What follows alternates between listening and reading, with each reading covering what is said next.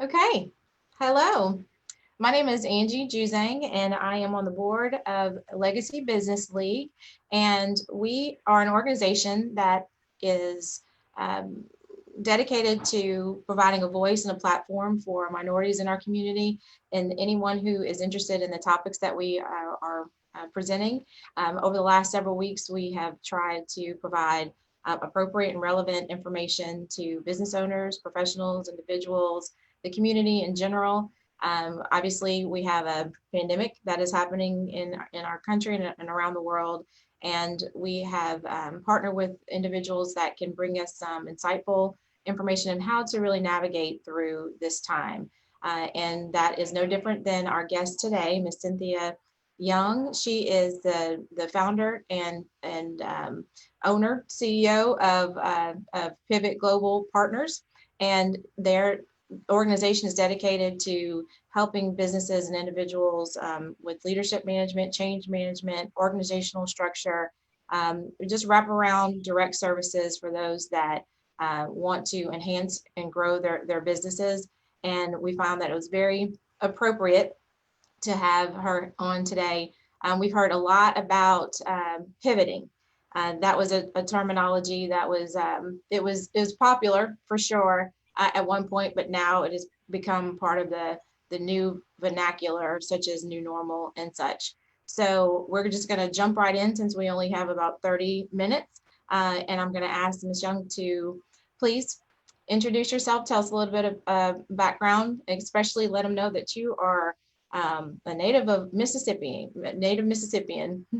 Well, thank you, Angie, and thank you to the Legacy Business League. I wholeheartedly support what you're doing. I think it's an amazing platform, and I appreciate the invitation to join you today. The very short version is I am a Mississippi girl. I grew up in Meridian, Mississippi. I have deep roots there. I currently am in Atlanta, and I've been fortunate to live all over the country, all over the world, but it brings me back to my Southern roots all the time. And I've had a lifetime of pivoting. If you having grown up in Meridian in an impoverished environment with amazing people and tremendous support, and finding ways to overcome obstacles, always with the help of other people. And our business essentially does the same kind of thing. So I have pivoted in my career as an attorney, litigation, and then also as a business owner. And all of it hopefully allows me to be able to help others pivot too. That's my lifetime passion, which is helping others understand how to take the best of what they do, ask for help, and do things faster, easier, quicker than anyone else. Excellent. So, what does that terminology really mean? Pivot, especially pre. I don't want to say pre-COVID because it's still going on, but pre-crisis. And what do you feel like it means now? So let me back up and explain what it is that we do and give you a snapshot. And then I'll talk a little bit about pivots pre-pandemic and pivots after the pandemic. Okay. And at any point, I'm happy to answer any questions or stop and pause.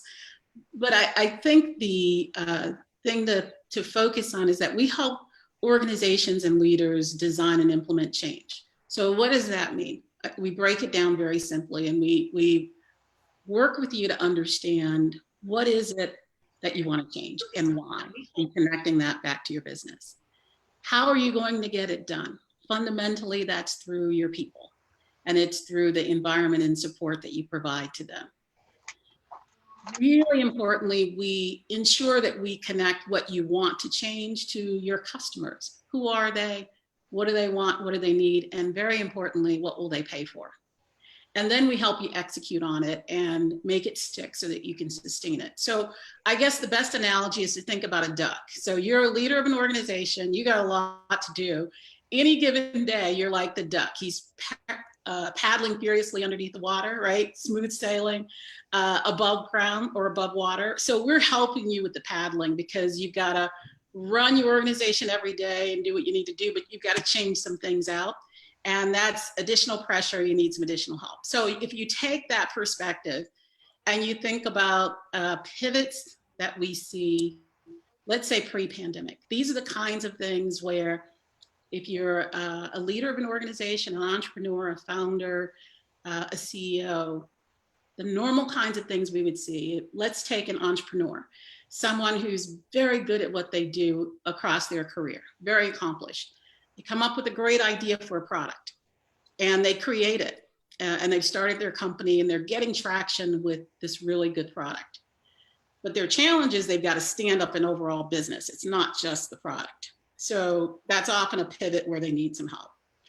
Let's take the new leader who's been hired new to a company or an organization. They've got aggressive goals. They've got to hit the ground running. They probably want to make some change. That's a pivot. Let's take the person that has been promoted. Now, they've got new responsibilities, probably new skills and proficiencies required to be successful. But they're probably not going to say, I'm nervous. And they have this big responsibility and they're not quite sure how to get their hands around it. Yeah. That's a pivot. And then just take the business that needs to grow. It's got some products and services that it's going to have to retool. Maybe it has to adapt some new technology like artificial intelligence in order to be able to compete. But it's got to do some things fundamentally different in order to be able to grow. That's a pivot. So, well, and people, and again, you have the design, you have a philosophy, you have experts that help in that field. There's probably people who don't even know that your services exist, and I'm glad to know that they do, and they can learn so much from you. But how would one make this determination on their own? You know, they're sitting, you know, feeling unorganized, feeling like they're missing an opportunity. It's kind of slipping through our hands with the ever-changing climate and environment in our world today. What would you suggest in terms of a successful identification of the fact that, number one, is like, you know, anything, you have to recognize that there's an issue.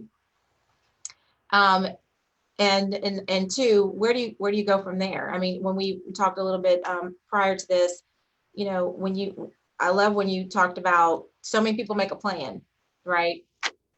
And then what? So do you have any then whats? How would they be successful in moving their issues here's forward? what I would say. For a successful pivot, I boil it down to just this short list. So just what you said. You start by recognizing you probably are noodling with something or bothered by something that you know needs to be fixed or needs to be different. Because either you're going to go out of business, or you're not going to have that job, or you won't be successful, or you won't hit your goals, right? There's something that may have been staring at you, or maybe you think you've not quite hit it the way that you want. But you have to recognize a challenge. Now you've got to say, here's what I want to do about it. So you've got to envision what's going to be different. And you've got to be really clear about why it is you're doing it. So you can't waste time, money, and effort. And you want to connect it back to whatever business goals you have. So the what and the why need to be clear. Then you need to say, how am I going to get it done? This is about the plan. And it only gets done through your people, and it gets done through the support that you provide them. So you want to take a hard look at your people that will be doing the work and those that are leading the work.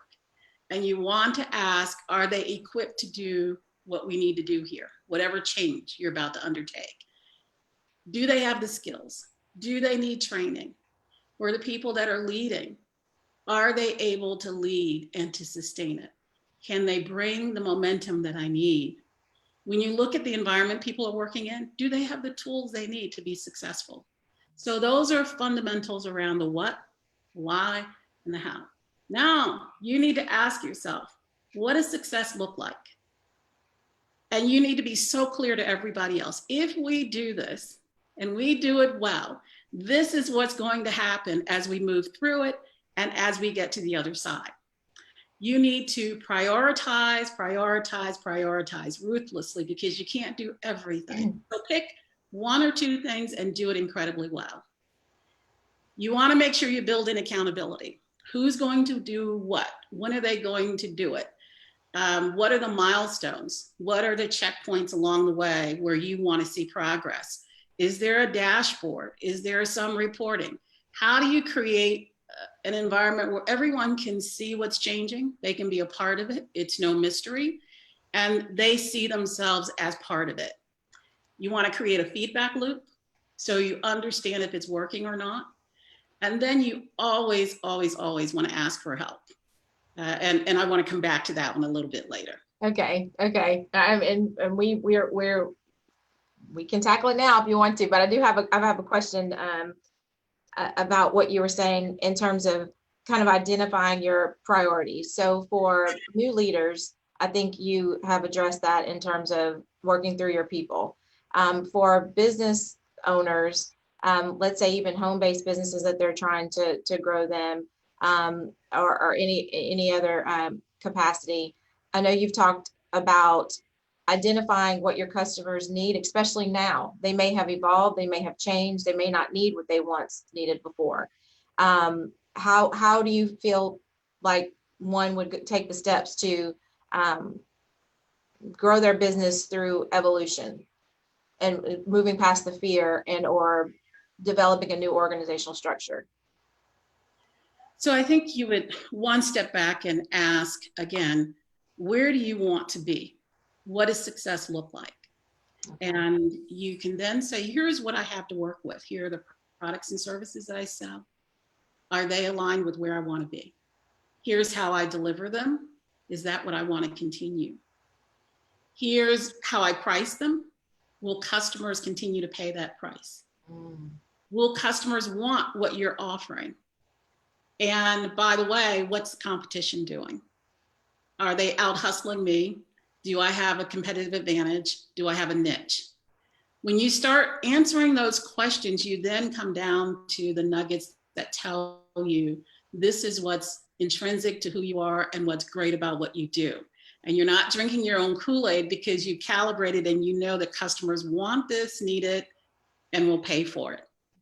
Now you have to really think about what you do well and where maybe you need to partner because you need to bring in someone to help you, maybe another business owner, right? It doesn't have to be that you do everything yourself. So figure out what you do really well, figure out how you can do some things faster, quicker, because you're asking for help. And that usually gets you far down the path for where you want to go. Yesterday, you met a gentleman that's on our board, and he has found a skill set that has come out of the crisis in terms of helping people with Zoom and live things. And then it maybe have hit him one day that, I need to monetize this. He didn't start off with the idea that, he can make money off of helping people. He's done so much of the tech checks, even with the legacy, out of the kindness of his heart, and because, he's good at it. Can you talk to people about, capitalizing on this opportunity without, feeling like they are taking advantage of in any way? I don't, by no means is he price gouging or things like that. There are people, different levels of taking advantage of the situation, rather than, finding an opportunity. In this day and age, it's really about finding the right opportunity and growing it. I'd say a couple things. One, in your gut, you will know if you're taking advantage of a situation, doing something that just does not feel right.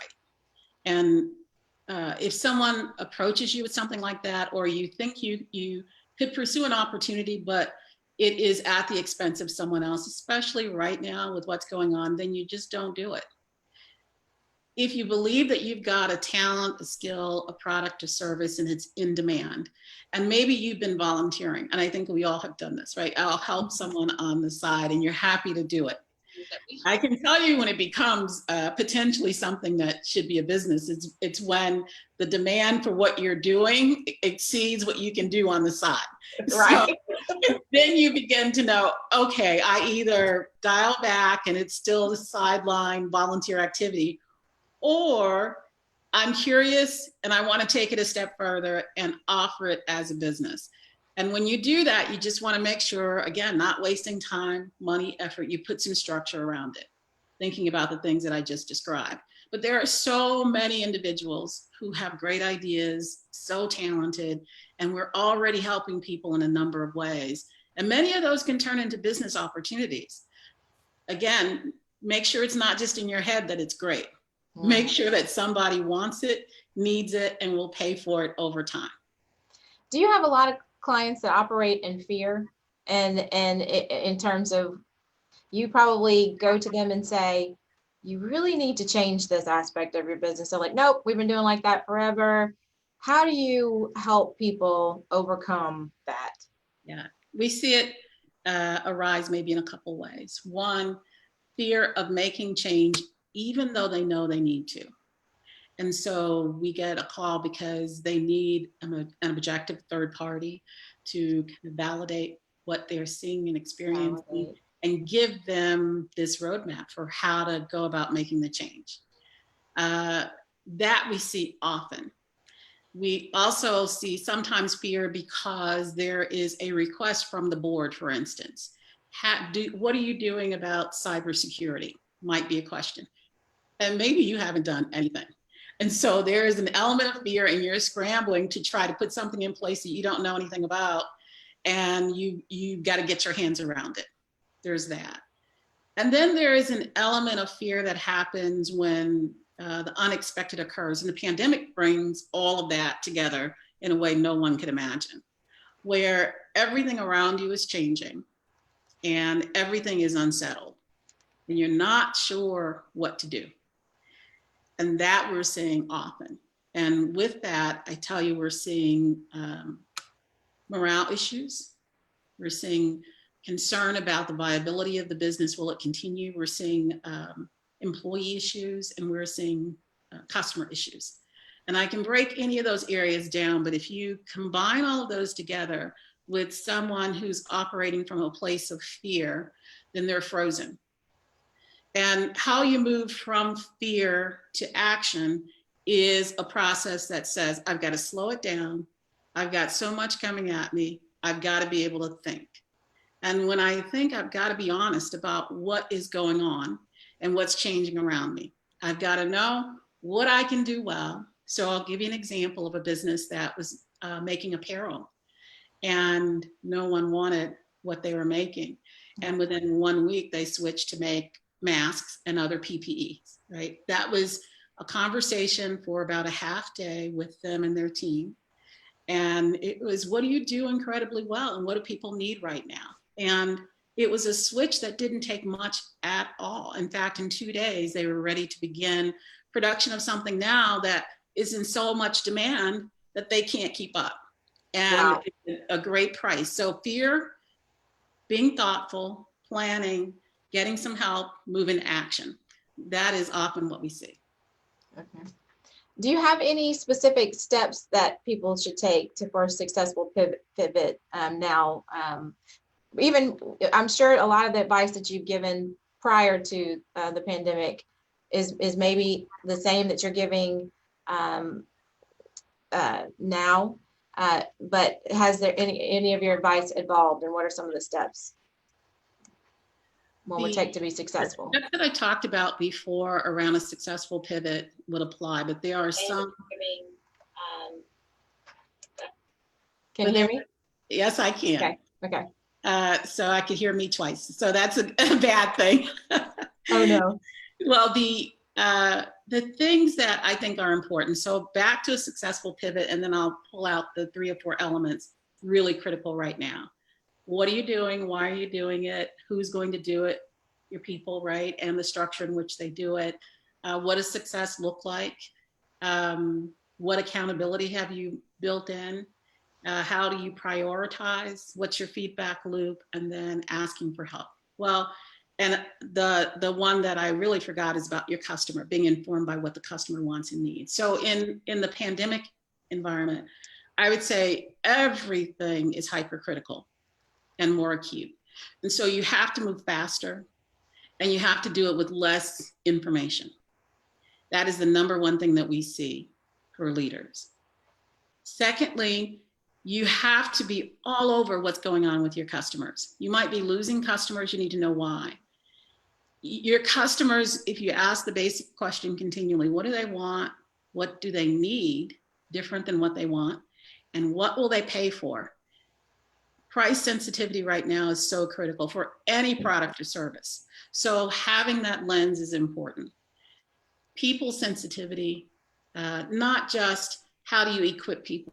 I think there is a level of empathy that an organization has to have and leaders have to have right now that recognizes that people have, in some instances, been laid off, that they could be furloughed.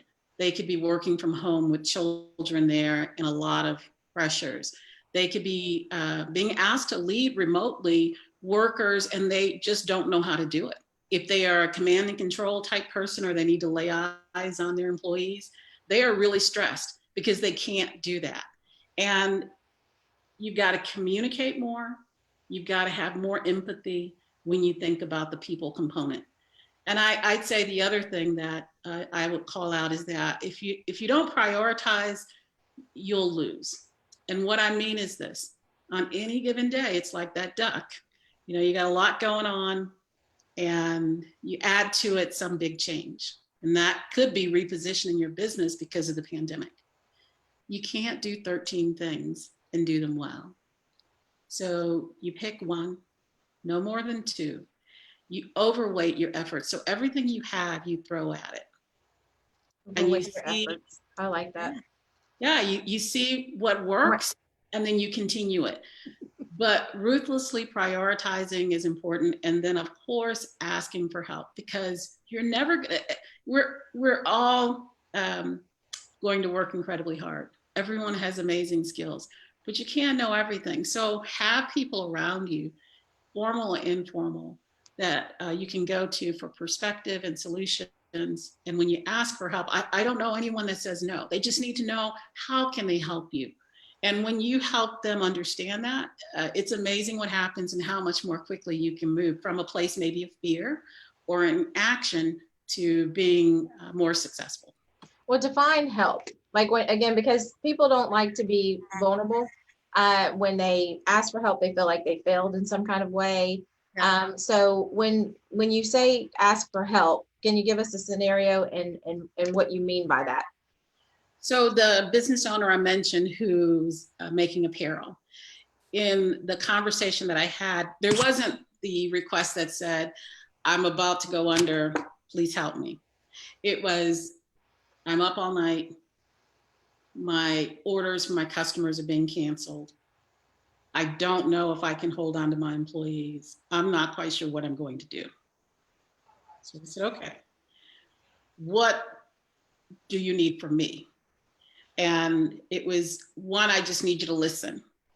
And then it became, well, are there one or two things I can do that maybe allows me to survive? And with some prodding, it became a conversation about not just surviving, but thriving. And today, 6 weeks later, they have more business than they can handle. So often it isn't even the asking for help, it is describing a situation where there's challenge. And we as professionals and colleagues should take that and listen and figure out where we can provide help or connect someone with someone who can help, because our networks are so invaluable. But asking for help often isn't a specific question. It's a conversation. And from that, you discern that someone needs some help. Gotcha. Now you've talked about some basic processes. Could you talk about the envisioning and the collaborating, calibrating? I like that word, which basically means you got to do some checks and balances and make sure that you're readjusting what you're currently doing. So the envisioning is important because we're all busy. How often do you stop, slow down, and give yourself permission to think about not what you're doing now, not about that, but where you want to go? So let's say that you're running an organization and you're in a great place.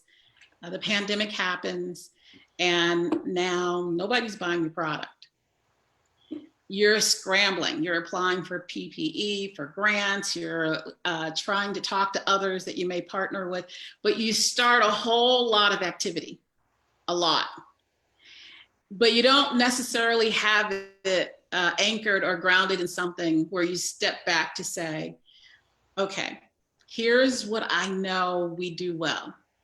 And I'm willing to make some adjustments because I need to in the market. But I know if I can stick with what I do well and make my changes off of that, then it's not a wholesale change here.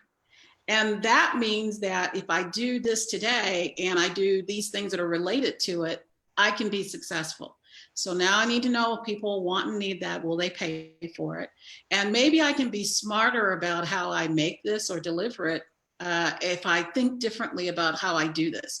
If you just take the time to step back and think, you begin to come up with possibilities because you've given yourself permission to think about doing things differently.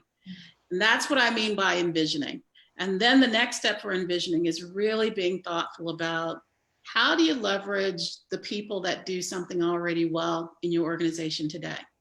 How do you exploit that and get more from them? Same thing around the environment in which they work. What processes are working well? What support tools are working well? How do you exploit that and do more of it? At the same time, in the envisioning, you have to know where your problems are. And you have to know that you have to move quickly to fix them. Sometimes those are people problems. And sometimes it's a problem with the environment, with the culture, with maybe the tools that people have. But being honest about what you have, leveraging what's great, fixing quickly what you don't, is part of that calibration process. And if you don't do that, you kind of sometimes put more activity and good on top of bad, which is never a good investment. Okay. Is there anything else that you want to tell the people that are listening about managing change and during this time and moving past some of the fear or risks to successfully pivot? Start by asking for help. It will make everything so much easier. And there are so many things others will see that you won't be able to see, and you'll be able to move more quickly through change. Take the time to be thoughtful about what the change should be, and don't try to do everything at once. Just pick one or two things and be really, really good at it. But bring your people along, understand what help they need and equip them. And make sure whatever you do is grounded in what your customers want, need, and will pay for. So drinking your own Kool-Aid can be incredibly dangerous. And in all of that, continue to allow room to grow and to innovate. And sometimes that's hard in an environment where maybe you're just trying to stay alive and figure it out month by month. But if you create an environment of trust where you engage people by communicating frequently and often, asking them for help, letting them know that they are the experts and you're relying on them. And the engagement happens, the communication happens, the innovation happens, then you've got an environment where people trust you and they will follow you. And even through change, when you have that trust and that followership, you can be successful. So those would be my closing thoughts. Okay, fantastic. Well, I'm going to put you on the spot since we have a couple more minutes and might go a little bit past. You talked about that you pivoted and changed in your own life. Can you tell us about a time when you had to go through significant change and what was the catalyst and how you managed it? I mean, again, you're from Mississippi. You're now living in Atlanta. You traveled the world and look like you had done some things in London. And so lawyer by trade, now you're you founded an entire company. So any insight as to how you navigated through those changes and why you made those changes? Because you could just be, status quo, living someone else's life, but you've taken a risk to be able to take control of what you do and be passionate in helping other people. So I would say that my own path has been by default, not by design, because I didn't know what I didn't know. So hopefully I can help other people figure it out faster and sooner and quicker. But when you come from an environment where no one has gone to college, right? There aren't professionals and you're focused on surviving, there's a whole lot to learn. I have been blessed beyond compare. And in hindsight, can tell you about some things. Along the way, I couldn't have done it. And maybe I didn't have the structure, but maybe the one example I would point to is when I was in a legal role and then transitioned to a business role. So I'm here in a profession, but I'm signing up to start over here. And it was all about the intellectual stimulation and learning something new and different. It wasn't about a plan to do it. And I was in an organization in a legal role, and they were looking for people who could move along the general manager path, managing a P&L. Several years of different kinds of experiences were needed, and there was no guarantee when you got to the end that you would actually step into that role. So it was incredibly risky, but I was more than intrigued by the ability to continually learn and how I could see running a business and profit and loss of an organization. There were so many components that you could pull together and levers you could pull to get to an outcome. And so I raised my hand to say I would do it. But one of the things that I thought about was understanding what was important. And in that environment, you had to have a quantitative background. The analytics were very important. And so I partnered with the chief statistician of the company. And I said, this is what you do. I need to learn what you do. I need you to teach me. And here's maybe what I can offer you. And that's what we did for about 2 or 3 years. I learned a tremendous amount from this individual. Hopefully I was able to offer the same. And I knew I had to learn and perform at the same time and set a very steep slope. And so it was putting a net around the risk, knowing what the risk was, putting a net around it, and then expecting of myself an accelerated effort. And then asking myself along the way, is this working out? Do I need to go back to my old job or should I continue? And that's being really honest. So that's what I did, and I loved it. There are a lot of bumps along the way. And you have to be willing to figure out what level of risk you're willing to take on. Again, how do you ask for help? How do you put something in place to make it seem like it's reasonably doable? And continue to calibrate so that you have the inputs that tell you you're doing it okay or not, continue or not, do something different or not. That would be the example I would give you. Were there any mentors or speakers, books, podcasts, any resources that you use that you would want to share with us that we could tap into? I mean, certainly you had your own individual, probably personal relationship mentors, but nationally, were there anyone that we could turn to and turn on a video and maybe hear some of the things that you? I would say there aren't individuals that are commercially out there. They were all individuals that I developed relationships with, and they were powerful for me, and they still are. And I'll tell you 2 bookends. One is my 3rd grade teacher who Edwina Chastain Blakely taught during segregation. And as I come along in one of the first classes that's an integrated school system, she understood in the 5th grade that there were things, if I'm in a talented and gifted program where there weren't many other people that looked like me, things that I knew, and there were deficits. So she created a program, if you will. So I was to help her grade papers after school. And on Saturdays, I come to her class to help her grade papers. I never graded papers. She would pull out the globe, she'd spin the globe, and wherever it landed, we would do research on that place. Wow. And the customs. She would, at her home, have a place setting, right? It was about etiquette. I mean, these were all of the things that were basics that she saw as deficits. And for a year, she went out of her way to help close that gap. I'm eternally grateful to her. And then I had another mentor. I was a summer intern at a company in New York, and the COO of the company, who is a white Irish gentleman, who had become very invested in our HBCU, became a mentor, a lifelong mentor for over 20 years. Mm-hmm. And it wasn't just that summer experience, but I learned about his family, his history, and he learned about mine, and he became the greatest cheerleader, even as he was suffering from a debilitating illness over many years.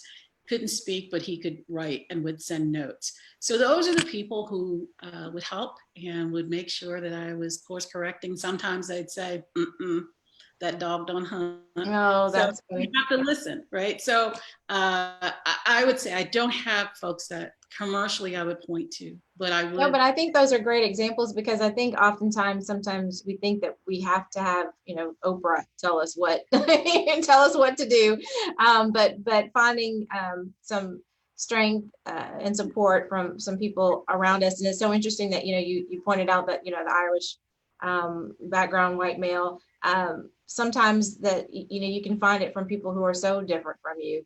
I know my father was a civil rights leader on the coast that helped desegregate the schools. And one of the things that he's known for saying is that it really wasn't about integrating the schools so they could get to, that we could get to know them, so they could get to know us, and that they could have shared experiences in that the more you know about someone else and the more you understand how diversity contributes to an environment, then we all grow. And so I appreciate you sharing those experiences and what you've learned from those people. And if you have any follow-up about any books or resources, that's just something that we ask, some of the special guests. I can put it in the chat feed. So well, I can say this to you, which is I am working on a book, and maybe I'll come back if you invite me back next year. We would love that. And I can tell you that the title is called Crossing Meridians. And in many ways, it speaks to just what we're talking about, how you move from one path in life to another, diametrically opposed. We often go back and forth on so many different dimensions. So informed by experiences, but challenging all of us to figure out how we can stretch and do more. So that will be coming, and I'd love to come back. Fantastic. Fantastic. We will absolutely have you back. And so I just want to thank you so much for coming on today. She was actually a recommendation by Dr. Belinda Alexander. We all know her locally, and Dr. Alexander came on several weeks ago and helped us navigate through some information with COVID-19. And we do have upcoming Legacy Talk Series special guests next week and the following. So make sure that you check out imlegacy.org and stay up to date on what we have going on. And if you have any questions in the chat, we will be sure to get back with you so we can make sure that we're answering your questions. Hopefully we'll be able to see you again on the next one. Thanks again, Ms. Cynthia. And we appreciate you so much. Thank you all for the invitation. I appreciate it. Have a great day. Take care. Bye.